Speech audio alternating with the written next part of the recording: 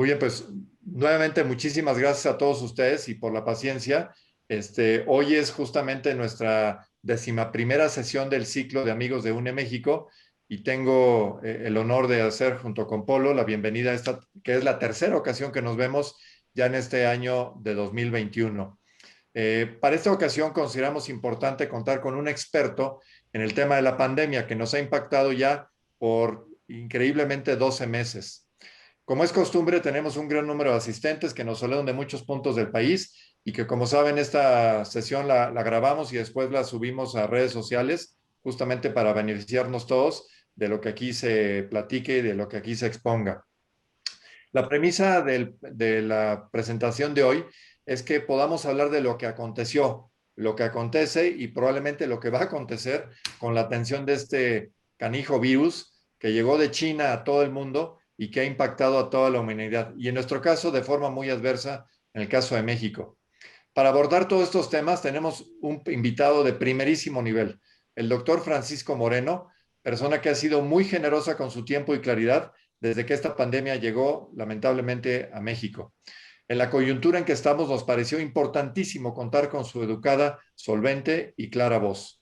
Aunque es una persona ya conocida por casi todos ustedes, cabe destacar algunos elementos básicos de su reseña curricular. Francisco Moreno Sánchez es médico internista e infectólogo en el Centro Médico ABC. Realizó su carrera de medicina en la Universidad La Salle con mención honorífica y una especialidad de medicina interna en el Centro Médico ABC, también con mención honorífica. A su vez, hizo una subespecialidad de infectología en la Universidad de Texas, recibiendo un premio como residente destacado. Exponente y profesor en distintos cursos y programas. Ha pertenecido a varios comités académicos y administrativos en el Centro Médico ABC. Como ustedes saben, es el hospital inglés, ¿no? Al que conocemos como tal. Ha sido autor y coautor de diversas publicaciones y libros. Ha sido profesor de posgrado de Medicina Interna de la UNAM, justamente ahí en el Centro Médico ABC, durante los últimos 24 años. En forma destacada, recientemente recibió el Premio Nacional de Salud 2020. Nuevamente, reconocer a nuestro invitado el que haya aceptado estar con nosotros esta noche. Les recuerdo la dinámica para estas pláticas. Vamos a escuchar del doctor Moreno una exposición de los temas principales de la pandemia, que de hecho la hemos denominado los mitos y realidades de la pandemia para entender justamente dónde estamos y hacia dónde vamos. Y en base a lo que ustedes nos pueden ir retroalimentando, podemos ir teniendo justamente preguntas que le haremos una vez que haya concluido su exposición. De hecho, en esta ocasión recibimos muchas preguntas de antemano que ya las tenemos catalogadas para que en su momento, con la generosidad del doctor Moreno, se las podamos ir planteando en bloque. Pero si ustedes tienen preguntas adicionales, ahí en el Zoom tienen una herramienta que dice Q&A, ahí nos pueden hacer las preguntas adicionales y con gusto, entre Polo y yo, se las vamos a ir formulando en forma de bloques para agilizar el proceso. Tocayo Francisco, bienvenido nuevamente y estamos a tus órdenes. Gracias y un honor estar aquí con ustedes el día de hoy. Voy a iniciar mi presentación.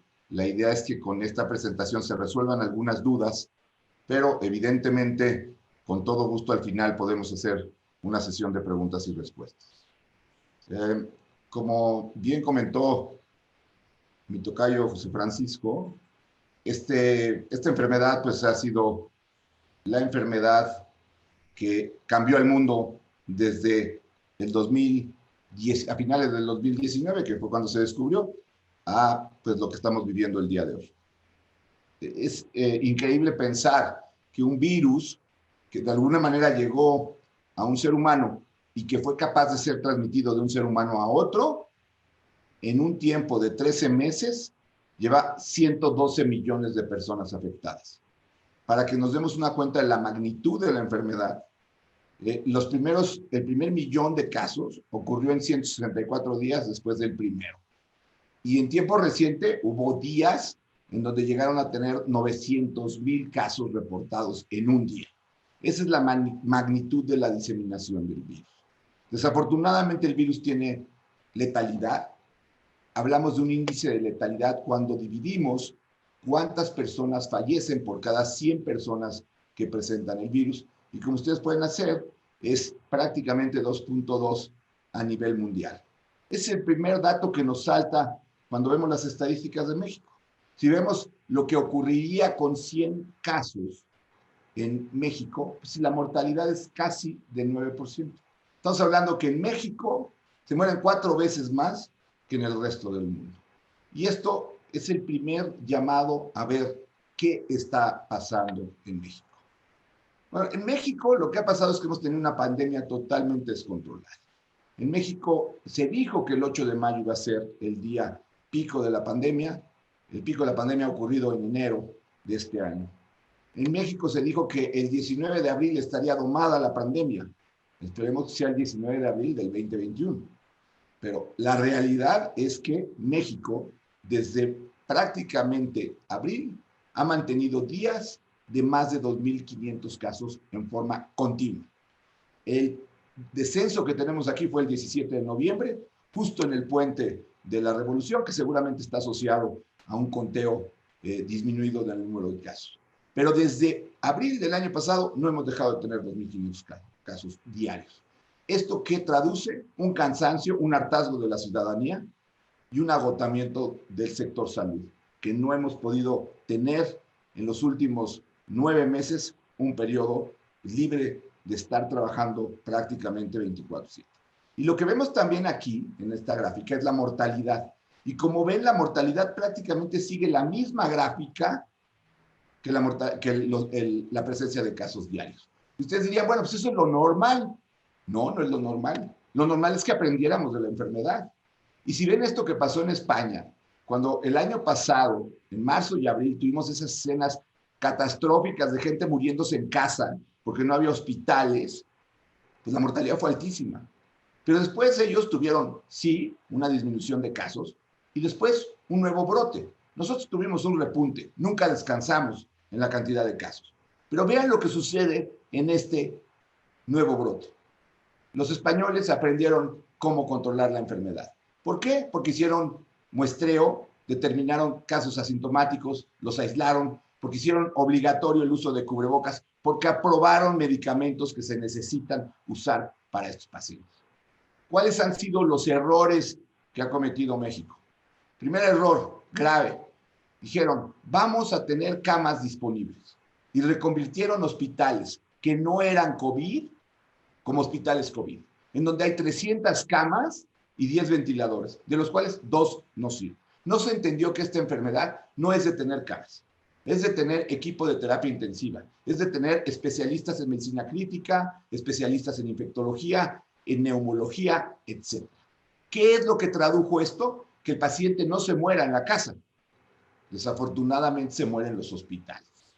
Si vemos la mortalidad que ocurre en hospitales como el Seguro Social por llegar con COVID, no estoy hablando de intubados, en donde la mortalidad es arriba del 80%. La mortalidad en el sector público es prácticamente de una tercera parte de los pacientes que llegan. Esto hizo que sí no se vieran las escenas dramáticas de muerte en casa.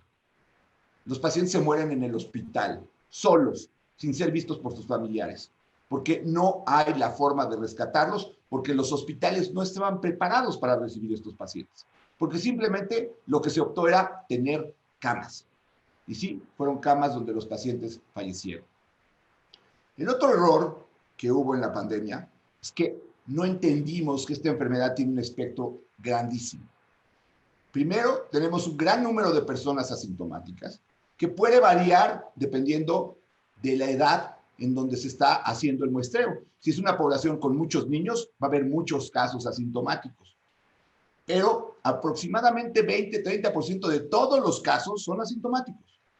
Digamos, qué bueno, no les pasa nada. Sí, no les pasa nada, pero contagia. Esta enfermedad se contagia cuando la persona es asintomática o cuando es presintomática. Entonces, si no buscamos a estas personas, van a salir sin saber que tienen la enfermedad y la diseminan.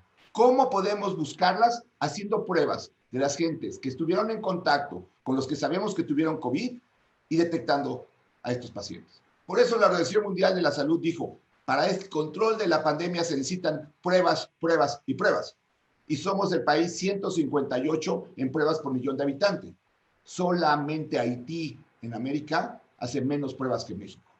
Esto es otra de los errores graves de la pandemia. Ahora, uno de los mitos. Existen prácticamente de 100 personas que tienen síntomas, 75 que van a responder porque su sistema inmune es capaz de curarlos. ¿Y cuál es el mito que surge aquí? Que la persona no cree en su sistema inmune y entonces cree en la gotita que le pusieron en su jugo de limón o en el remedio que le recomendó la vecina o en el té milagroso. Y como tienen esos 75% de éxito, porque el 75% se van a curar, creen que lo que está curando a la persona son esos remedios. Ha sido muy difícil determinar la efectividad de medicinas por esta razón, porque sabes que ya tienes un 75% de éxito en esta situación. El problema son estos, los casos severos. Los casos severos no necesitan un hospital general, necesitan un hospital que tenga las condiciones para tratar pacientes graves, porque si no, la muerte es inminente. Entender esta gráfica es entender el ABC de la prevención. La enfermedad se transmite únicamente por vía respiratoria, a través de las gotitas de secreción respiratoria que salen de nuestra nariz, de nuestra boca, cuando hablamos, gritamos, cantamos, reímos, estornudamos, cuando tosemos. Si yo no uso un cubrebocas y soy una persona asintomática, esas gotitas van a salir de mi boca, van a viajar metro, metro y medio y van a caer en una superficie inerte o van a contagiar a una persona. Cuando caen en esa superficie inerte, se van a mantener vivas las células con el virus por un determinado tiempo, un tiempo muy corto. No se necesita sanitizar. Lo que sí se necesita es estarse lavando las manos, porque si yo toco esa superficie, ese tubo de transporte público, ese escritorio, me contamino las manos. Y si no me estoy lavando las manos, me voy a autoinfectar. Porque una persona normalmente se toca la cara entre 15 y 20 veces por hora. Entonces el ABC es muy sencillo. A es de aéreo, tapar la vía aérea. B, mantén una distancia, vete lejos. C, continúo lavado de manos. Si tú haces esto, logras disminuir la transmisión del virus. Esto se hace en Asia. En Asia el cubrebocas es obligatorio. En Europa y en muchos países ya es obligatorio. No es una decisión libre. ¿Por qué? Porque la libertad termina cuando afecta a una tercera persona. Esta persona, en ese pueblo sabio que no sabe usar un cubrebocas, puede contaminar a esta otra, que también tuvo la misma negligencia y que probablemente reciba una carga viral más alta. Algunos se preguntan, ¿y por qué esta persona sin tener ningún factor de riesgo tiene una enfermedad tan grave? Pues porque recibió la carga viral muy alta de una persona que no usaba cubrebocas. Porque si tú usas cubrebocas te proteges a ti mismo y puede ser que entonces te contagies y tengas una carga viral baja. Pero esta persona no está siendo solidaria. Esta enfermedad se trata de no solamente cuidarte a ti, sino cuidar a los demás. Ambos deberíamos de tener cubrebocas y mantener una distancia y entonces la economía, la apertura sería diferente. La enfermedad tiene dos fases. Una fase viral, en donde el virus llega. Puede llegar en una cantidad pequeña, tan pequeña que afecte pocas células de tu cuerpo o que afecte nada más la nariz. Y cuando haya la fase inflamatoria, lo que resulta es que pierdas el olfato o el gusto. Pero puede llegar en una cantidad grande. O puede bien llegar y tu sistema inmune no reconocerlo inmediatamente porque tienes diabetes, porque tienes hipertensión, porque tienes alguna otra enfermedad. Y entonces este virus se replica en muchas células y cuando tu sistema inmune se da cuenta, hace una destrucción muy grande. Sí, lo que nos acaba dañando es nuestra respuesta inflamatoria, pero esto ocurre porque hay un virus que no se controla, porque llegó en demasiada cantidad o muy probablemente porque tu sistema inmune ya no está en las condiciones suficientes para atenderte. Y esto es lo que produce el COVID en el pulmón. El pulmón del lado derecho es un pulmón normal. En medio tienen el corazón. Estos son los vasos sanguíneos y los bronquios a través de los cuales el oxígeno que respiras a 21% pasa de la vía aérea a la sangre. Normalmente esto lo hacemos sin mayor problema. El COVID afectó las células. Nuestro sistema de defensas inflama porque tiene que destruir esas células. Y se forma esta nata, esta gelatina, que impide que el oxígeno que tú estás respirando llegue a los pulmones. Entonces, cuando esto empieza a ocurrir, tienes que tener auxilio con oxígeno, que puede ser por puntas nasales, que puede ser por mascarilla, que puede ser por puntas de alto flujo. Pero ¿qué pasa cuando tienes más del 40% del pulmón dañado? Tienes una neumonía grave. Y entonces te tienen que poner un tubo en la garganta para evitar el bloqueo de la nariz y de la nasofaringe y pasarte oxígeno al 100% con presión. ¿Por qué con presión? Porque tiene que difundir en las zonas libres en donde no está afectado el pulmón. Esto se llama usar un ventilador. Pero para usar un ventilador se requiere no conectar un ventilador. Se requiere un entrenamiento de año y medio por una persona especialista en el manejo del ventilador. Se dieron pláticas de 2-3 horas a médicos generales para enseñarnos a usar un ventilador. Usaban presiones que reventaban los pulmones. Así se morían pacientes en un inicio, hasta que no definieron que esto no podía ser manejado por gente inexperta. ¿Qué características tienen los pacientes mexicanos? Este estudio lo publicamos en el Centro Médico ABC. Los primeros 50 pacientes que llegaron, queríamos saber cómo son los pacientes mexicanos que tienen COVID. Pues sí, la edad es un factor directamente relacionado con gravedad. Parece ser que los 60 años es ese corte en donde la gente tiene mayor riesgo de gravedad. También encontramos que los hombres tenemos mayor posibilidades de tener una enfermedad grave que las mujeres. Tenemos aproximadamente 4 hombres por cada mujer internada. Pero esto vino a ser el problema que ha marcado la pandemia en México. El sobrepeso y la obesidad están directamente relacionadas con la gravedad de la enfermedad. Pero esto ya lo sabíamos desde enero del año pasado, porque esto lo reportaron en China y lo reportaron en Asia y lo reportaron en Europa. Y no es que la culpa sea de las comidas mal hechas por los mexicanos, es una situación cultural. Esto ya lo sabíamos. Esto nada más nos los corrobora. Y sí es muy triste tener gente de 30 años intubada porque tienen una obesidad grande. No digo que esté bien, pero era un problema de salud que ya existía y un problema de salud que se ignoró cuando empezó la pandemia. La otra cosa que encontramos que fue muy importante es ver que pacientes que llegan a tiempo al hospital reciben oxígeno y se curan en una semana. Los pacientes que llegan tarde al hospital requieren intubación y tienen una estancia de aproximadamente 3 semanas. ¿Por qué es importante esto? Porque los sistemas de salud se saturan porque hay pacientes que están con estancias prolongadas. Ahora, al principio y ahora, hay gente que tiene miedo de ir al hospital porque pues, ha visto las estadísticas de mortalidad de hospitales públicos. Pero el problema es que cuando hay una gran cantidad de pacientes que son admitidos, bloqueas la posibilidad de estar reciclando camas. Tienes un número muy alto de personas que están intubadas y no puedes admitir otros pacientes hasta que estos no sean dados de alta. Otro de los grandes problemas de nuestro país. Hay una serie de medicamentos que se han utilizado en 29 países del mundo.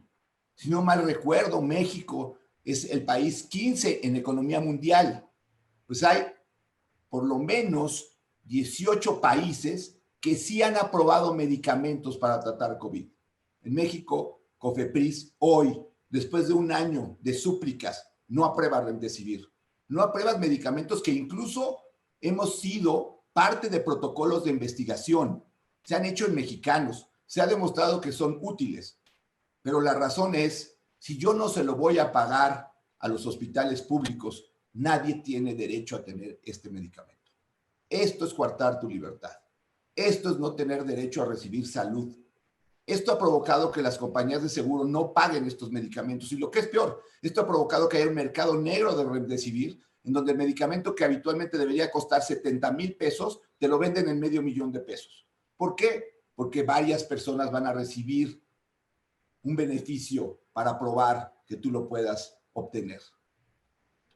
El problema del COVID no termina en la pura enfermedad. La gente que ha padecido COVID sabe que se quedan cansados y que esta fatiga puede durar por largo tiempo, que pueden tener dolores de cabeza, problemas de concentración, que pueden tener tos constante, que pueden seguir con falta de olfato. No es una enfermedad sencilla. Es una enfermedad que se debería de prevenir y no esperar a que nos esté consumiendo. ¿Qué estrategias urgen para cambiar esta pandemia? Que probablemente, y a mi manera particular de ver, el peor error en el manejo de la pandemia es no haber cambiado nada de lo que se ha hecho. Las estrategias que se hicieron en un principio siguen siendo las mismas. No se hace el uso del cubrebocas obligatorio. No se evita lugares de aglomeraciones. Y se promueve la higiene, pero no tomando en cuenta que el uso de cubrebocas es fundamental. No se identifican a los contactos de los casos, por lo tanto no checamos a los asintomáticos que siguen dispersando la enfermedad. No identificamos a los pacientes que tienen factores de riesgo para tener un seguimiento estrecho e empezar en forma temprana antivirales que no han sido aprobados en México. Todo esto tiene que cambiar, si no vamos a seguir como estamos.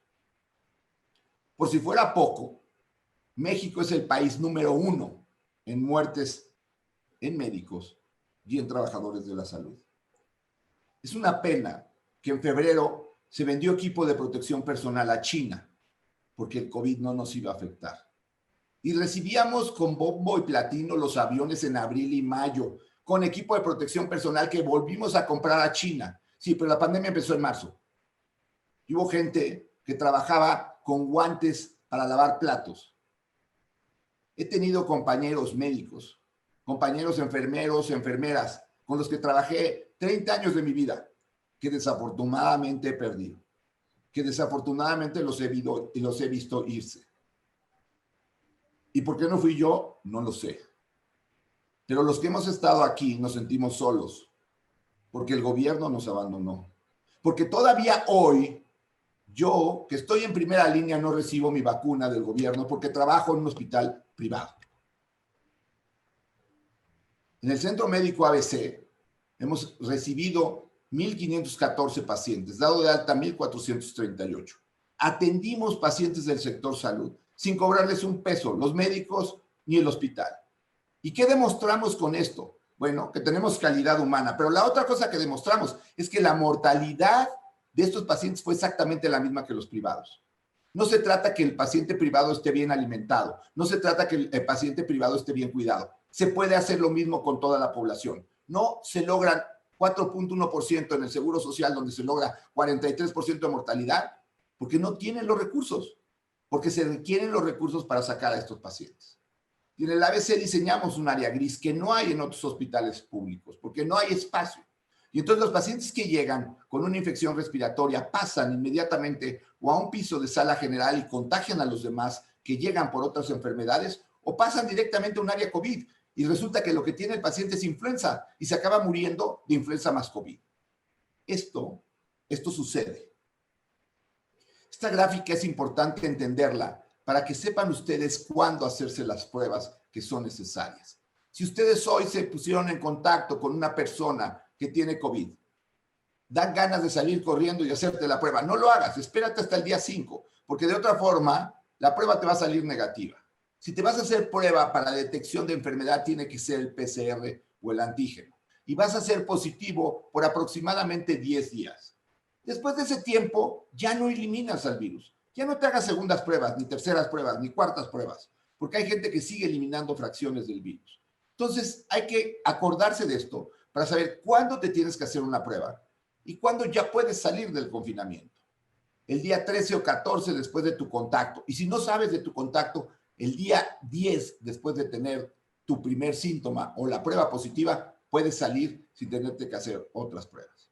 Si te vas a hacer una prueba, tienes que detectar el virus donde está, en la nariz, en la garganta, a través de un PCR o a través de una prueba de antígeno. La prueba de antígeno tiene un 70% de sensibilidad, quiere decir que de cada 170 se detecta, y es una prueba fácil, barata y accesible. Si tienes síntomas, si tienes una prueba de COVID positiva, tienes COVID. Si tienes síntomas y la prueba te salió negativa, hazte un PCR, porque puedes tener COVID y puedes ser de esos 30 que no dieron una prueba positiva. Las pruebas de sangre no sirven para diagnóstico. Olvidémonos, estas pruebas pensamos que podrían tener utilidad, no tienen ninguna utilidad. Y entonces llegamos a la famosa inmunidad. ¿Qué es la inmunidad? La inmunidad es cuando nosotros nos exponemos al virus nos contagiamos y afortunadamente nos curamos. Y conforme la población vaya a haber más gente que se contagia y se cura, pues entonces empieza a haber en esa población menos opciones para el virus de contagiar. Y cuando llegas a ese famoso 70% de personas que tienen inmunidad, el virus automáticamente empieza a disminuir en esa población. La meta del mundo, la meta de todos es tener el 70% de la población inmune. Pero puedes lograr inmunidad de dos formas. Una en forma natural, la otra a través de vacunas. Veamos lo que pasaría en México si seguimos como vamos. Si seguimos como vamos y necesitamos 70% de inmunidad en la población, estamos hablando de una población que tiene 130 millones de habitantes. Estamos hablando que necesitamos 90 millones de personas que a veces se hayan contagiado y se hayan curado y que se vuelvan estos amarillitos. Entonces hablemos de números. Digamos que no son 2 millones de casos los que hay, porque hemos hecho muy pocas pruebas. Digamos que más que el 8.3% del subsecretario que nadie se creyó y que nunca se volvió a tomar en cuenta, que sea 15 veces más el número. Hablemos de que son 30 millones. No estoy lejos de pensar que esto pudiera ser real. Pero también sabemos que el exceso de mortalidad comparado con años anteriores nos lleva a pensar que el número real de casos de personas fallecidas por COVID es de 400,000. Queremos llegar en inmunidad así. Pues multipliquen 30 por 3. Multipliquen 400 por 3. Tendríamos 1.200.000 defunciones. No podemos permitir esto. Y además no sabemos cuánto dura la inmunidad, porque esa es una de las preguntas grandes que existe en esta enfermedad. Entonces, cuando estos estén amarillos y ya estemos llegando al 70, va a haber de nuevo azules. Porque de esto no lo sabemos. Es una de las partes más difíciles para poder tener una estrategia. Sabemos que el SARS-CoV y el MERS-CoV, que son los virus más similares al SARS-CoV-2, tuvieron en promedio 2 años y 2 años y medio de inmunidad. Pero este es el promedio. ¿Cuál será el promedio del SARS-CoV-2? No lo sabemos. Pero lo que sí sabemos es que ya ha habido casos de reinfección. Y el primero ocurrió en agosto 25, una persona de Hong Kong que tuvo COVID en abril y que en agosto regresa de un viaje de España y por protocolo le toman una muestra de la garganta y detectan que tiene otra vez COVID. Y secuencian el virus, es decir, lo analizan y es diferente este virus del de abril. Entonces, llegamos a la pregunta, ¿cuál es la media de inmunidad? ¿Cuál es ese punto en donde la mayor parte de las personas van a permanecer inmunes? Eso no lo sabemos. Empezamos a ver los que se salen de la normalidad, los que tienen una inmunidad muy corta, las desviaciones famosas estándar. Y sí, hay gente que a los 3 meses, a los 4 meses, a los 6 meses. El peligro es que ya llevamos 1 año con esta enfermedad y entonces a lo mejor nos estamos empezando a acercar a la media de la enfermedad. Sí, a lo mejor hay gente que dura 2 años o 3 o 4, pero cuando lleguemos a esta media, vamos a empezar a estar como antes, porque vamos a haber perdido la capacidad de defendernos solos. Entonces, viendo esto, no queda más que pensar en las vacunas. Ahora, para poner esto con un poquito más de angustia, con un poquito más de miedo, pues aparecen lo que se llaman mutaciones. Las mutaciones son algo que ocurre en todo ser vivo. Somos el resultado de mutaciones de millones de años de un homínido. Y el ser humano, el Homo sapiens sapiens, es cada vez más inteligente, más rápido, más eficaz. Si no, ¿por qué cada 4 años se vencen récords mundiales de velocidad, de natación, de salto de altura? ¿Por qué no la capacidad intelectual del hombre sigue evolucionando? Pero nos lleva millones de años.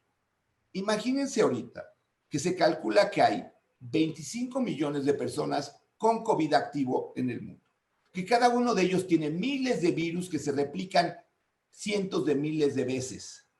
La cantidad de mutaciones que pueden ocurrir son inmensas. Y si no nos apuramos, nos empieza a pasar esto, que el virus original de ese mercado de Wuhan ya no existe. Ya fue sustituido por un virus que se replica más rápido y que infecta más fácilmente a la gente. Y este fue un virus que se detectó 3 meses después del original. Ahora el problema es que empezamos a tener variantes que no tienen una, sino tienen 29 mutaciones, como la inglesa, que ocurrió en el sur de Inglaterra y por eso ahora le llaman la variante Kent, y que tiene la capacidad de transmitirse de un 50 a 74% veces más fácil que el original. Y entonces, ¿qué pasa? Que un grupo mayor de gente se infecta al mismo tiempo y por lo tanto un grupo mayor de gente va a requerir hospital, terapia intensiva, el hospital se satura y se acaban muriendo más gentes. No es más virulenta, pero por la afectación de más gente en poco tiempo acaba produciendo mayor mortalidad. Y el problema es que empiezan a aparecer variantes que tienen otras capacidades, como la de Sudáfrica o como la de Brasil, que por cierto hoy se dijo que tiene la mutación E484K, la variante de Jalisco. La variante de Jalisco es seguramente la variante de Brasil. En México, entonces, y no sería sorprendente si nunca cerramos fronteras, recibimos vuelos de Inglaterra, de Brasil, de todos lados, tenemos ya estas variantes. ¿Y cuál es el problema con la variante de Sudáfrica? Que ha demostrado que las vacunas de Novavax y Moderna no tienen la misma efectividad que en las otras variantes. Y cuando vemos la variante de Brasil, preocupa porque en Manaus, un sitio donde se dejó como México, que la inmunidad del rebaño llegara sola y que sobreviviera el que tuviera que sobrevivir, en septiembre tenía el 70% de inmunidad. Había llegado a la inmunidad del rebaño. Con esta nueva variante ha habido un 30% de nuevos casos. El peligro de no controlar la enfermedad es que aparezcan variantes. Y el peligro es que aparezca una variante mexicana que nos empiece a hacer que el mundo nos vea como un sitio peligroso. Las vacunas ya llegaron, la ciencia ya hizo su trabajo y tenemos afortunadamente vacunas de diferentes tipos. Y en este momento, en México, tenemos la posibilidad de utilizar Pfizer, AstraZeneca, Sputnik y 2 vacunas chinas que no ingresé en este cuadro porque todavía no tienen los estudios de fase 3. No puedo incluir una vacuna o recomendar una vacuna si al menos no ha cumplido con los mínimos requisitos de cualquier agencia regulatoria de vacunas. Pero bueno, Pfizer es la vacuna que más se ha aplicado en el mundo, tiene una efectividad del 95%, se ha aplicado en México. El único problema de Pfizer es que necesita una cadena de refrigeración de menos 70 grados. Y si no la manejan bien, y si no la maneja bien el gobierno, se puede echar a perder. Moderna es la segunda vacuna que se ha usado más en los Estados Unidos. Es una vacuna de RNA. Tiene un 94% de efectividad y tiene menos 20 grados centígrados de cadena de congelamiento. El problema de Moderna y por la que no va a haber en México es porque es la vacuna más cara. Y recuerden, la pandemia se ha manejado de una forma austera. Tenemos AstraZeneca y afortunadamente a través de la Fundación Slim se logró un convenio grande por el cual se va a producir AstraZeneca en México. AstraZeneca es una vacuna buena de 70% de efectividad que no requiere congelación y que requiere 2 dosis que se pueden prolongar hasta 12 semanas. Esta es una buena vacuna. Ya ha tenido muchos estudios. Es la vacuna que más se ha puesto después de Pfizer. Y están otras vacunas que van a llegar en forma próxima. Llegó hoy Sputnik a México. Sputnik tiene una efectividad de 91.6%. Esto ya fue reportado en una revista científica. La única duda que nos queda con la vacuna rusa es que nada más se probó en Rusia y que los resultados nada más los tienen los rusos. Y si alguien quiere ser más explícito, el presidente Vladimir Putin no quiso ponerse su vacuna. Pero bueno, se los dejo de reflexión. Las vacunas son seguras. Se hicieron de tecnología del desarrollo de vacunas anteriores. No es algo inventado nuevo. Inyectan RNA. El RNA no es de lo que está hecho nuestro código genético. Nuestro código genético está hecho de DNA. La vacuna entra, usa tu célula para que produzcas las proteínas a las cuales les vas a generar anticuerpos. La tecnología es maravillosa. Ni te va a cambiar tu código genético, ni te va a dejar estéril, porque estas historias las oímos cuando salieron los celulares que nos iban a producir tumores cerebrales. O recuerdo a mi madre diciéndome, no te acerques al horno de microondas porque te puedes quedar estéril. Esas historias las leímos. Hay que confiar en la ciencia. ¿Y qué está pasando en el mundo? Es increíble ver que países como Israel, hoy, de ayer, 22 de febrero, llegaron a 83% de personas vacunadas. 83%. México no ha llegado al 1%. Vemos que en Estados Unidos, después del que llegó el presidente Biden, se están vacunando 1.400.000 americanos diariamente. En México se presume que vacunamos 7,000 personas en un día. ¿Qué pasa si seguimos este ritmo? Si seguimos con este plan de vacunación, nos va a llevar 1.245.000 días llegar al 70% de inmunidad. Y perdonen que diga, pero en febrero ya terminaba la aplicación de vacunas para los trabajadores de la salud y el 60% de mi hospital no se vacunó. Me incluyo en ellos. También están empezando a vacunar adultos mayores. No tengo ningún inconveniente en eso. Pero ¿saben una cosa? La mortalidad más grave en nuestro país se dio en personas entre 45 y 65 años. Si comparamos la mortalidad de este grupo de edad con los años de 2019, 2018 y 2017, el exceso de mortalidad de las personas de 40 a 65 años fue de 62.6%. ¿Qué quiere decir esto? Que las personas que tienen esta edad y que tienen una comorbilidad van a recibir, si bien le va, la vacuna en septiembre. Y estas personas salen a trabajar diariamente, porque tienen 45, 50 años, tienen que salir. Tenemos que de alguna manera hacer que el Plan Nacional de Vacunación incluya a gentes que tienen comorbilidades, porque si no la mortalidad va a seguir siendo muy alta. Ahora, no quiero terminar con la intención de que ustedes se lleven un mal sabor de boca. Si vemos esta gráfica, es esperanzadorísima. Esto es el mundo, no es México. Esto es el mundo en el diferente tiempo. Y vean, la pandemia siempre fue en ascenso. Tenía pequeños descensos, pero a partir de que empezaron las vacunas, ha habido un descenso muy importante. De tener días de 800,000 casos, ahora tenemos días de 300,000 casos diarios. Sí se está controlando la pandemia, sí hay luz al final del túnel, porque hay más inmunidad natural, porque hay más inmunidad por vacunas, porque se llevan a cabo las medidas preventivas. Pero si queremos seguir en inmunidad natural en México, ya sabemos lo que va a pasar.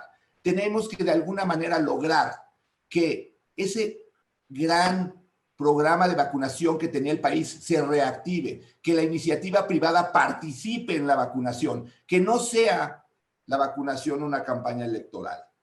Tenemos que revertir esto. De otra forma, podemos ser un país que no tenga este descenso. Quisiera terminar mi plática hablando sobre el hombre que más ha sabido sobre evolución en la historia de la humanidad, el doctor Charles Darwin. Él decía que no sobrevive la especie más fuerte, ni la más inteligente, ni la más veloz. Responde aquella y sobrevive aquella que sabe adaptarse al cambio. El cambio hoy ha sido usar cubrebocas. El cambio hoy ha sido no hacer reuniones sociales, bodas, comidas enormes, que ha sido algo de lo que nos hemos perdido. Pero si están aquí, están oyendo la plática, es porque de alguna manera ustedes supieron adaptarse al cambio. Porque hay al menos 185,000 mexicanos que ya no se pueden adaptar al cambio. Y lo que es peor, hay mexicanos que se adaptaron al cambio, pero fueron contagiados por otros mexicanos que no lo hicieron. Tenemos que salir adelante como país. Podemos, pero necesitamos de todos, de cada uno de nosotros. Paro la presentación y me encantaría oír preguntas para poder dar algunos consejos o respuestas. Gracias, Tocayo. Qué maravilloso escuchar todo este cúmulo de conocimientos. Y efectivamente tenemos varias preguntas. He tratado ahorita de aglutinarlas como bloques para facilitar que podamos presentártelas. Si quieres, las primeras tienen que ver con las vacunas en sí. Si quieres, te doy 2 o 3 para irlas sacando como bloque. Sí. A ver, mira, la primera, insisto, tiene que ver con vacunas. Las preguntas son las siguientes. ¿Hay algún antecedente de vacunas RNA mensajero o esta es la primera ocasión que se utiliza en este tipo de tecnología? La siguiente es, ¿cómo entender las vacunas actuales y si las mismas van a seguir respondiendo por ejemplo, cuando venga una variante como la del virus sudafricano? Es decir, ¿se ajustan las vacunas o qué pasa con las vacunas frente a estas nuevas variantes? Eh, Siguiente pregunta es, dice, ¿qué pasa si las segundas dosis no se aplican en tiempo? Y una pregunta relacionada con ello, quiero saber la respuesta, pero tú eres el experto, es, ¿qué pasa si se aplican distintas vacunas y no las que corresponden a las segundas dosis? Si quieres, ahí me espero. Ok, RNA es la primera vacuna que se ha hecho. Sin embargo, de RNA se estaba planeando hacer la vacuna del ébola y se estaba planeando hacer vacunas contra Zika, que es una enfermedad que ustedes saben apareció hace unos años. Entonces, sí es la primera vacuna que es aprobada en base a RNA. En cuanto a las variantes, es una carrera. Las vacunas pueden en un momento dado perder la efectividad con variantes. Por eso es tan importante que se logre vacunar a la mayor cantidad de personas en el menor tiempo para que no surja una variante que nos lleve a lo que estábamos antes. Entonces, sí, por ejemplo, la sudafricana tiene menos efectos, menos protección por las vacunas actuales, pero puede aparecer una peor. Entonces, aquí es una carrera, aquí hay que vacunarse rápidamente y lograr una inmunidad de la población. En cuanto al tiempo, la vacuna de AstraZeneca es la única que tiene un estudio en donde puedes ponerte una vacuna y a las 12 semanas otra. Desafortunadamente hay una palabra que ha surgido con pandemia en México. Se llama improvisación. Y entonces improvisamos que, ahora seguramente una sola dosis va a ser efectiva. No, los estudios dijeron que eran 2 dosis. Ahora vamos a poder combinar vacunas. A ver, no hay ningún estudio que haya demostrado que si combinamos vacunas nos va a ir bien.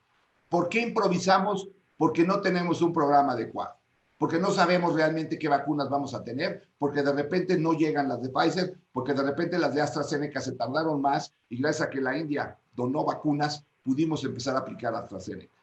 No podemos permitir usar vacunas que no tengan un estudio fase 3 que diga qué tan efectiva es y que no podamos decir, vamos a ver cuándo te vamos a dar la segunda vacuna. Por derecho de salud, tenemos que recibir las vacunas a tiempo y no hacer combinaciones improvisadas. Perfecto, toca. Seguido con eso nos preguntan, ¿qué tan efectivas son las vacunas de 2 dosis si solamente se aplica una sola dosis? Y pregunta relacionada es si las vacunas que son de una sola dosis son mejores que las de 2 dosis. Eh, ¿Por cuánto tiempo se tiene inmunidad aplicada a la vacuna que corresponde? Es decir, hay variantes de inmunidad dependiendo del tipo de vacuna que se aplique. Y otra en este bloque es, ¿por qué es que dan mayor inmunidad las vacunas que la enfermedad en sí misma?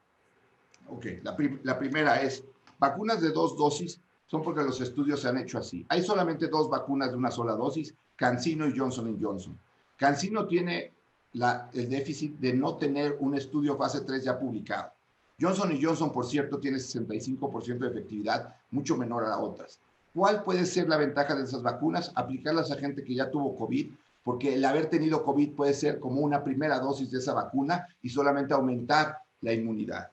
La mayor parte de las vacunas lo que hacen es estimular el sistema inmune en contra de una proteína que es la que más daña por parte del virus. Y por eso son efectivas y por eso la inmunidad dura más tiempo. Pero ¿saben qué?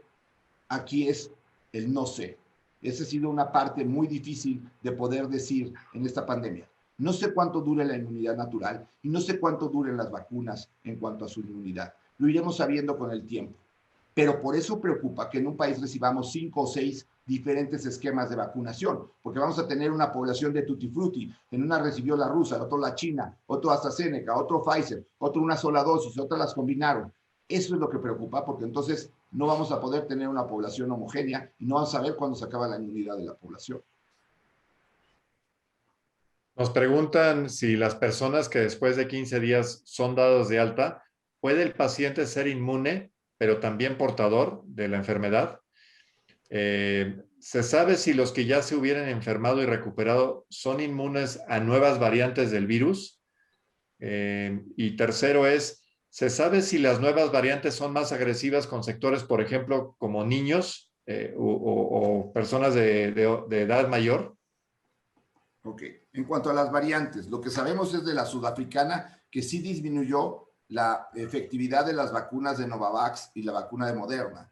Lo que probablemente se haga si surgen estas variantes es hacer refuerzos de estas vacunas para que puedan cubrir a las variantes. Pero no podemos estar en una carrera eterna contra las variantes. Por eso tenemos que lograr que haya una vacunación mundial y por eso también se ha pedido al mundo que coopere a ayudar a nichos que pudieran quedar desprotegidos. En cuanto a los niños, no, las variantes no son más agresivas en niños. Lo que ha pasado es que con estas nuevas variantes sí ha habido más infecciones. Y si se infectan 150,000 niños, es probable que de esos 150,000 haya algunos casos individuales que tengan un problema. Son los que se salen de la normalidad. Evidentemente, como ha sido una enfermedad que característicamente no ha afectado a los niños, cuando oyes de 2 o 3 casos de niños que se pusieron graves, te asustas. Pero la realidad es que no son más agresivas estas variantes con niños, afortunadamente. Gracias. Siguiente pregunta dice, se entiende que va a haber, digo, bueno, en el país hablar de programas de vacunación creo que es una exageración, pero vaya, se entiende que voy a hablar que a nivel mundial existe una programación en función de edades. Si a los niños no se les ha tomado en las pruebas, fases 3, etcétera, ¿en qué momento se sabe que los niños sería viable o sano o seguro iniciar pruebas de vacunación con los niños? Preguntan también, adelante. En estudios de niños es importante para, sobre todo en Israel y en países donde se lleva una vacunación masiva. Hay 3 estudios que se están llevando. Uno lo está llevando Pfizer, niños entre 12 y 16 años. Otro lo está llevando AstraZeneca, niños entre 6 y 16 años. Y otro se está llevando con otra vacuna con niños de entre 6 y 16 años. Y los resultados parecen ser muy buenos. Ahorita mi recomendación es, mientras no tengamos esos estudios ya terminados, no se vacunen, igual que las embarazadas. Están vacunando embarazadas en Israel y parece no tener ningún problema.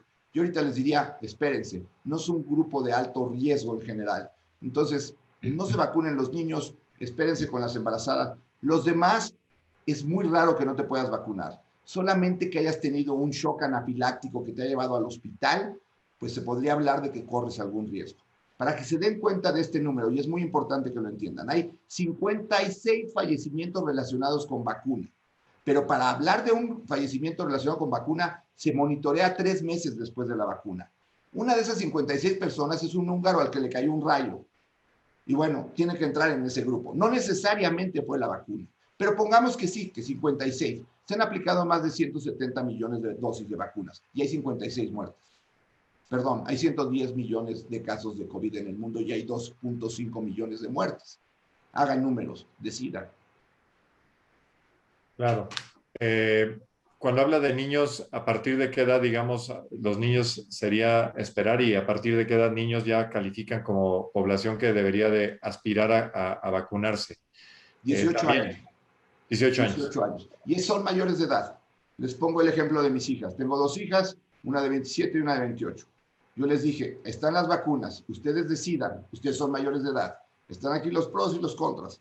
Y ellas deciden. No tenemos que decidir por nuestros hijos. Son mayores de edad. De acuerdo.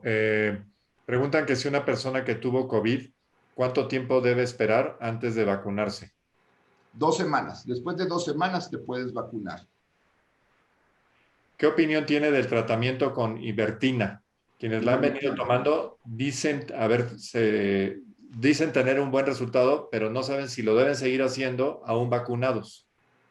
No lo uses después de vacunado. La ivermectina ha sido un medicamento muy controversial porque puede caer en ese 75% de medicamentos que tienen aparentemente un buen resultado. Lo que sí es cierto es que la ivermectina mostró en un estudio australiano que tiene actividad contra el virus en las células in vitro.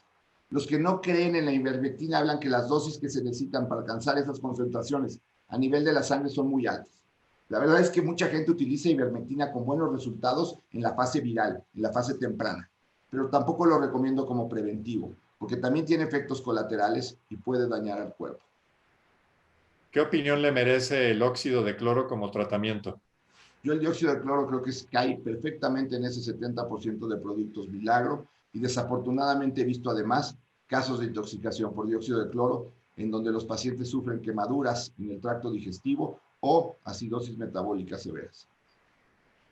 ¿Es factible contagiarse por superficies? Y relacionado con ello, si el gel es antibacterial, ¿de qué sirve en el caso de una enfermedad que es viral?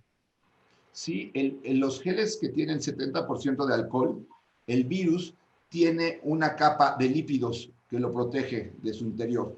Entonces, si tú usas un gel de 70% de alcohol, sí te protege. El lavado de manos es más efectivo. El realizar, sanitizar el súper, pues, olvídense, no tiene mayor beneficio. Es mucho mejor que prevengamos la transmisión respiratoria. Sí, creo que preguntan justamente cuánto tiempo vive el virus en una superficie, por ejemplo, de los productos que vienen del supermercado. No vive más de 3, 4 horas. Entonces, es muy difícil que tú te infectes. No tienes que sanitizar tu súper. Lo único que hagas es lávate las manos antes y después de desempacar el súper y no vas a tener mayor problema. Preocúpate más por cómo usas el cubrebocas o que no te encuentres con alguien que traiga mal puesto el cubrebocas, porque eso sí te puede contagiar en el súper. Nos hacen dos preguntas muy técnicas, yo las reproduzco como tal. Dice, riesgos para niños que han tenido artritis reactiva de estreptococo. Y luego dice, riesgos de personas con antecedentes autoinmunes que no toman inmunosupresores. Ok, las personas realmente que tienen enfermedades autoinmunes, lo que pueden tener es una alteración en su sistema de respuesta de inmunidad y pueden no tener esa eficacia que pueden tener las personas que tienen un sistema inmune competente, sobre todo si están tomando inmunosupresores. Si ha habido algún tipo de urticarias después de ponerse la vacuna que se acaba quitando 48, 72 horas después o requiriendo un antihistamínico. De verdad, no le tengan miedo a las vacunas. La frecuencia de choque anafiláctico que está reportada es de 2.5 por millón de dosis. Si te vas a vacunar, que te quedes 15 minutos en el sitio donde te vacunan, te vigilan y después te puedes ir a casa tranquilo. Perfecto. Las siguientes tres preguntas tienen que ver más bien con lo que es política pública. La primera es, ¿qué opinión le merece un gabinete federal en el cual permee el COVID-19 ya entre varios secretarios de Estado y el propio presidente? Al parecer, incluso hoy dieron noticia de que el secretario de la Marina se contagió por segunda ocasión. Pues es muy triste si ustedes ven la foto de la semana pasada, justo hace 8 días. Estaba el secretario de la Sedena al lado del subsecretario López-Gatell, sin cubrebocas los dos, sin sana distancia los dos. No fue de extrañar que a los 4 días resultó contagiado el subsecretario. Pero desafortunadamente el uso de cubrebocas parece ser, o estás conmigo o estás contra mí. Está totalmente politizado. Cuando no te hace menos, cuando no te daña, cuando no te lastima y cuando sí sabemos que sirve. Parece que hay un tema ahí de solidaridad que es importante destacar, ¿no? No es un tema de si alguien se siente o no inmune o capaz de soportar la enfermedad. Es que somos corresponsables de lo que pasa a nuestro alrededor. Así es. Nos multan porque tenemos un coche que emite gases peligrosos. La persona que tiene COVID emite un gas muy peligroso a través de su boca, a través de su nariz. Preguntan aquí, ¿qué opinión le merece el libro de la doctora Jiménez Fibi cuando habla de un daño irreparable, un daño muy serio a nuestro país? Yo creo que Anne Laurie ha sido de las personas más valientes de esta pandemia. El libro le ha motivado muchos problemas con la autoridad, pero creo que es un libro que realmente define cuáles son los problemas, cuáles han sido los errores de esta pandemia. Que traté de resumir aquí. Ella lo hace de una forma muy clara, muy valiente. Tengo toda la admiración por la doctora, que además no solamente critica, tiene un programa que se llama Salvemos Conciencia, en donde trata de incluir pacientes de pocos recursos a una plataforma para que le estemos ayudando en el manejo. Afortunadamente, y es un honor para mí participar en esa plataforma con la doctora Anne Laurie. Tal cual. Otra pregunta que nos hacen es, ¿estamos a tiempo de corregir los daños más graves por la negligencia en el tratamiento de la pandemia? El pasado nos puede enseñar qué hicimos mal. En el presente podemos tomar algunas acciones y podemos incidir en el futuro. Lo pasado no lo podemos modificar, pero el futuro sí. Pero estamos todavía al momento de evitar que haya daños los más graves que podemos haber sufrido como país. Yo creo que sí, la mejor evidencia es lo que les digo acerca de lograr una inmunidad en rebaño a través de la enfermedad natural. Tendríamos 2 veces más fallecidos de los que tenemos. Imaginemos lo que es esto. Creo que hay siempre momento de hacer un cambio en la estrategia y tenemos que hacerlo nosotros si no nos los dejan hacer por parte del gobierno. Tenemos que ser conscientes nosotros que hay que ser solidarios y usar cubrebocas. no va a acabar este año sin que sigamos recomendando el cubrebocas. El cubrebocas llegó hasta el 2022. Probablemente después sí podamos dejarlo de usar en algunas situaciones. Pero hay que ser solidarios, hay que adaptarnos al cambio. Eso es el mensaje. Sí podemos cambiar, no podemos seguir en el camino en el que vamos. Doctor, hubo un pronunciamiento, de hecho, creo que más de uno, por parte de siete exsecretarios de salud haciendo recomendaciones puntuales, mismas que hasta donde tenemos noticia no fueron atendidas.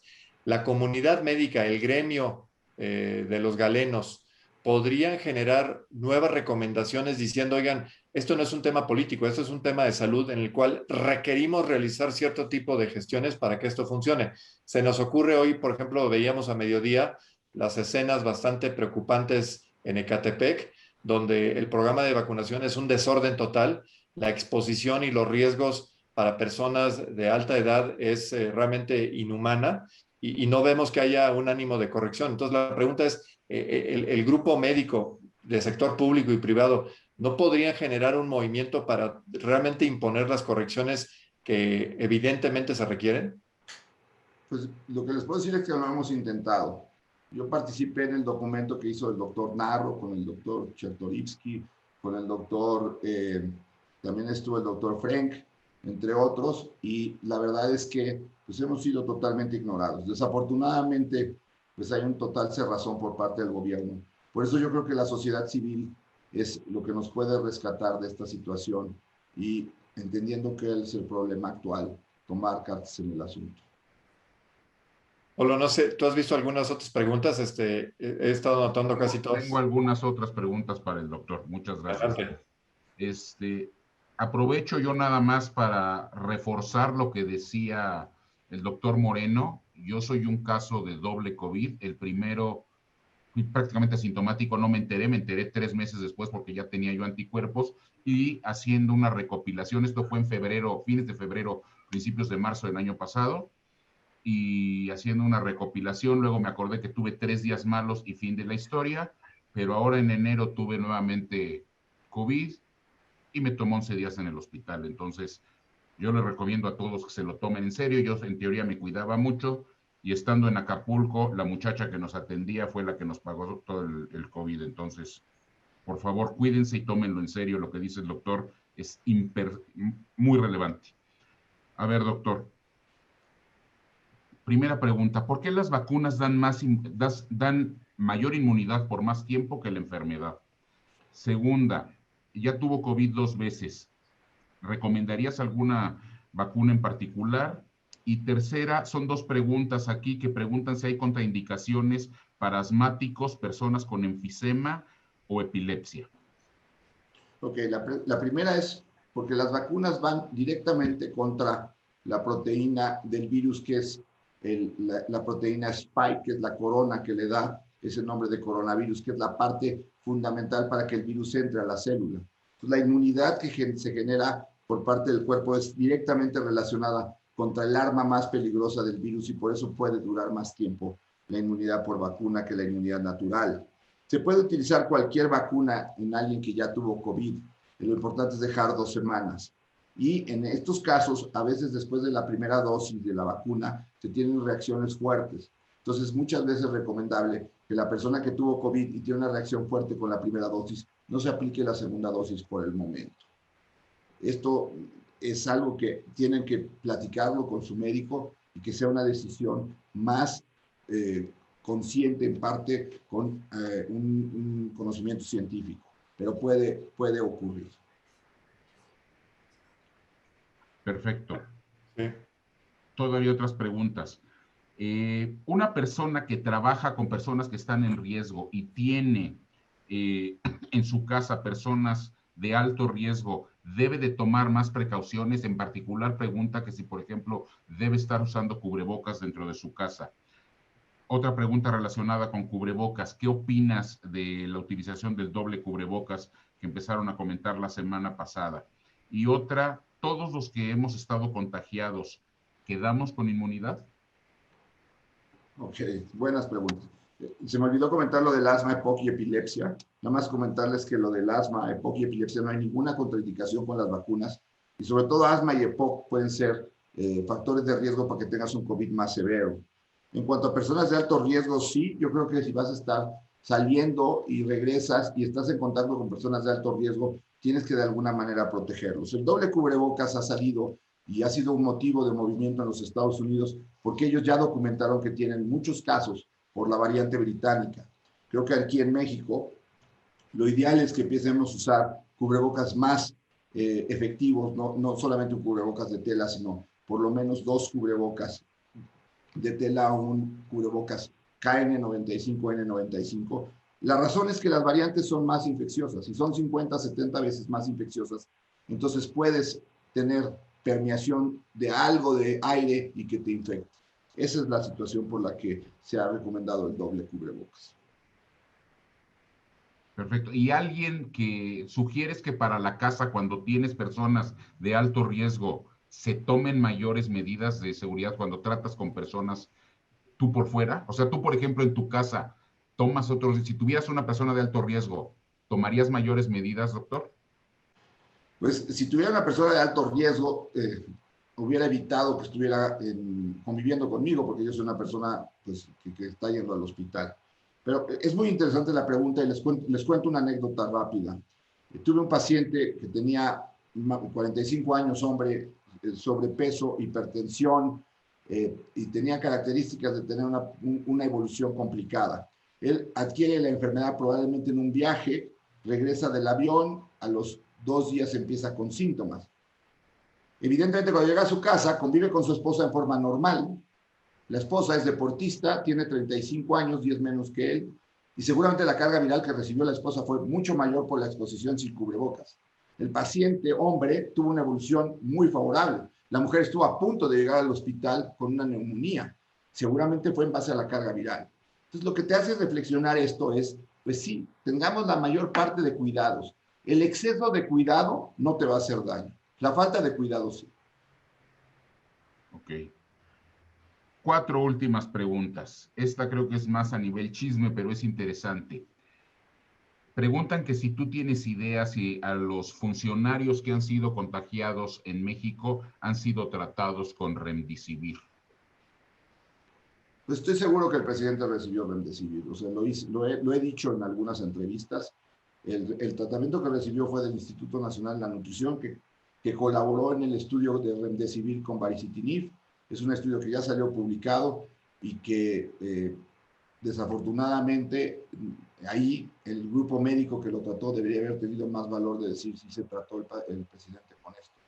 No lo puedo asegurar porque yo no lo traté, pero seguramente recibió el tratamiento que se utiliza en nutrición, que es Remdesivir más baricitinib, y que desafortunadamente pues no está disponible en todos los hospitales. Muchas gracias. ¿El tabaquismo implica un mayor riesgo de complicaciones durante el COVID? Sí, porque si tienes un tabaquismo prolongado puedes tener daño pulmonar. Si ya tienes daño pulmonar, no tienes un pulmón al 100% y se puede afectar una parte de tu pulmón. Y con eso, en lugar de tener una neumonía de 40% para tener un daño severo, aunque tengas una del 30% del otro pulmón, la otra parte del pulmón está lastimado y puedes llegar a tener problemas. Todo depende del tiempo de tabaquismo, de la intensidad del tabaquismo y también de la respuesta misma de tu cuerpo al tabaquismo. Hay gente que fuma mucho y no tiene daño pulmonar, hay gente que no fuma tanto y tiene daño pulmonar. Muchas gracias. Preguntan sobre las escuelas. Preguntan que cuándo crees tú que se vaya a regresar a la escuela. Yo variaría un poquito la pregunta o sumaría. ¿Cuál es tu visión en cuanto a, de alguna manera, tratando de ponderar? Me queda claro que tú eres un profesional de la salud, pero los riesgos que tenemos en cuanto a contagio contra los problemas que se están generando porque los niños y los jóvenes no acudan a la escuela. ¿Qué opinas tú al respecto? Yo creo que las escuelas se tienen que abrir en el próximo semestre y espero que estemos mucho mejor de lo que estábamos ahorita y sobre todo hace un mes. Creo que las escuelas tienen que tener protocolos que estamos tratando de implementar en la mayor parte de ellas, en donde los niños, por cierto, pueden usar cubrebocas desde los 2 años. Hay un estudio precioso en Boston, en donde se vio el apego de los niños al cubrebocas. Y déjenme decirles que los niños entre 3 y 5 años no querían dormirse sin cubrebocas. porque sienten protección por el cubrebocas. Los niños han oído del COVID durante todo el año. Entonces ellos se apegan al cubrebocas. Es increíble oír a una mamá decir, es que a mi hijo no le gusta el cubrebocas y no lo ha usado. A ella no le gusta el cubrebocas y lo traslapa en su hijo. Tenemos que aprender a que tenemos que usar cubrebocas y nuestros hijos tienen que usar cubrebocas. Tenemos que hacer distanciamiento entre los pupitres de las aulas. Tenemos que hacer que las maestras sean las que se muevan y no los niños. Tenemos que hacer recreos más organizados. Tenemos que hacer protocolos de esto. Pero la realidad es que lo primero que tenemos es organizarnos como sociedad civil para que los protocolos se cumplan. Por supuesto. Y también nosotros cumplir los protocolos como sociedad civil, ¿no? Porque somos los primeros que empezamos a poner desorden. Ahorita platicaba yo hace un rato, tenía yo mucho tiempo de no abrir Club Social de Reforma, ayer me lo encontré aquí en la casa y la verdad es que hice muchos berrinches por ver la cantidad de fiestas y no vi un cubrebocas en toda Reforma. Así es. Entonces, bueno. Preguntan justamente que si por el plan de vacunación precaria, ¿cuánto crees que vaya a durar el confinamiento? ¿Cuánto tiempo más vamos a estar confinados y si eso es previsible? Y también preguntan que si las vacunas, las que se van a elaborar en México, hay opción de que finalmente suelten el manejo y que los hospitales privados lleguen a tener acceso a las mismas. Pues estamos luchando por eso, o sea, estamos en una batalla continua. Realmente ha habido mucha gente, o sea, está Anne Laurie, que escribió un libro, pero está también el doctor Guillermo Torre en Monterrey, que ha hecho un trabajo extraordinario con el TechSalud. Ha traído uno de los protocolos de una nueva vacuna que se llama CureVac de Bayer, que es una vacuna de RNA, que se va a empezar a probar en México. También se trajo la vacuna de Novavax, que se está probando en México. Esperemos que todo eso nos permita a las instituciones privadas, a las empresas, empezar a vacunar a sus empleados. Ayudar a esto no es una cuestión política, es una cuestión de salud. No se trata de quitarle al gobierno la posibilidad de vacunar. Se trata de que todos participemos en esta situación. Pues ojalá, o sea, todos hemos alzado la voz. Ojalá y se logre. Hay otra pregunta aquí interesante. Quieren entender un poco más sobre la carga viral. ¿No es lo mismo si te contagias por un contacto rápido que por un contacto prolongado? Así es. No es lo mismo que la persona que te contagie porque se da un beso y está contaminado, a que la persona pase y tú tengas un cubrebocas y caiga poca carga viral y entonces te infectes. Sí hay una relación y la mejor evidencia ocurrió en Wuhan. 11% de los médicos que atendieron pacientes en Wuhan fallecieron y la razón es que no sabían que llegaban infectados y no traían protección personal. Eso es una de las razones por las que en México también tenemos tantos médicos fallecidos, porque en lugares, en hospitales no tenían el equipo de protección, porque no se los dio el gobierno, no se los dio el Instituto Mexicano de Seguro Social a tiempo. La carga viral depende de lo que la persona está eliminando cuando tú te contagias. No es lo que tú adquieres y que tú puedes contabilizar. No se vayan con la idea de que si salen con carga viral alta en un estudio, quiere decir que eso les va a ir mal a ustedes. No. En ese momento, si tú contagias a alguien, tienes una carga viral alta. Y si no, no proteges tu vía aérea, vas a contagiar a alguien con carga viral alta. Ese es el problema. Ok. Y las dos últimas, doctor. Nos repiten que si los asintomáticos tienen inmunidad y después si alguien que está enfermo prepara comida, pasa el virus a la comida si tosiera, estornudara o cualquier cuestión así, y se puede uno contagiar por estos alimentos o no. Sí, la primera es asintomáticos sí desarrollan inmunidad, porque los niños sí desarrollan inmunidad, incluso a veces es una inmunidad más fuerte porque es una inmunidad celular. Pero sigue siendo de las interrogantes que existen porque no tenemos cómo medir inmunidad celular. La segunda es, pues sí, existe la posibilidad de que si tosen en ese momento y tú comes un alimento frío y el virus todavía está presente, te pudieras contagiar. La realidad es que si vemos, la mayor parte de los restaurantes, la mayor parte de los sitios en donde se elabora la comida, llevan muy buenos protocolos de protección. Si pides comida a domicilio, no te vas a contagiar. También hay que entender que estamos para ayudar a la economía, porque pues todos necesitamos que esto se reactive. Es más peligroso que vayas a un restaurante, te quites el cubrebocas después del segundo tequila, empieces a gritar y contagies a los que están en la mesa. Ese es el problema. Si vas a platicar, platica con el cubrebocas. Si vas a comer, bájate el cubrebocas, come y luego te vuelves a subir y entonces ya empiezas a platicar. El problema es que con la segunda bebida, en las bodas, en las reuniones, el cubrebocas desaparece. Es un punto importante ese que señalas de mantener la economía, porque no podemos seguir colapsando más irresponsablemente, pero tenemos que actuar con esa mesura y con esa solidaridad como la que tú señalas para que entonces nosotros no seamos los que estamos justamente generando o maximizando el riesgo. Alguien pregunta aquí que si alguien va a vacunarse y tuvo o tiene dudas de si tuvo COVID, por este periodo que tú señalas de que debe haber un espacio, necesariamente debe hacerse un examen para ver que no haya tenido recientemente antes de vacunarse.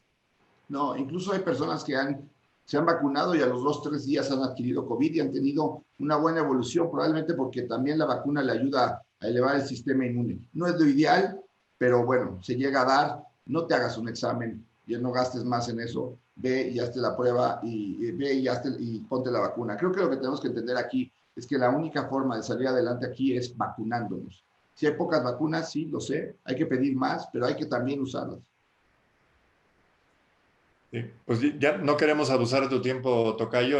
Creo que has dado respuesta a todas las interrogantes y como les hemos señalado, vamos a distribuir esta en redes sociales. Estoy seguro que tendrá muchas vistas y agradecerte obviamente esta importantísima plática porque nos dejas, sí, con algunas preocupaciones de lo que ha pasado, pero con mucha esperanza de que efectivamente tendremos una mejor evolución si todos ponemos de nuestra parte y hay que señalarlo, hay que exigir que el gobierno haga mejor las cosas porque sí ha sido un desastre y tienen la responsabilidad de corregirlo. Lo que hayan hecho o hayan dejado hacer antes, pues ya no lo pueden modificar, pero no pueden seguir bajo esta tónica de yo no me equivoco y no tengo por qué variar un ápice cuando está claro que la debacle está a la vuelta de la esquina y los daños van a seguirse incrementando.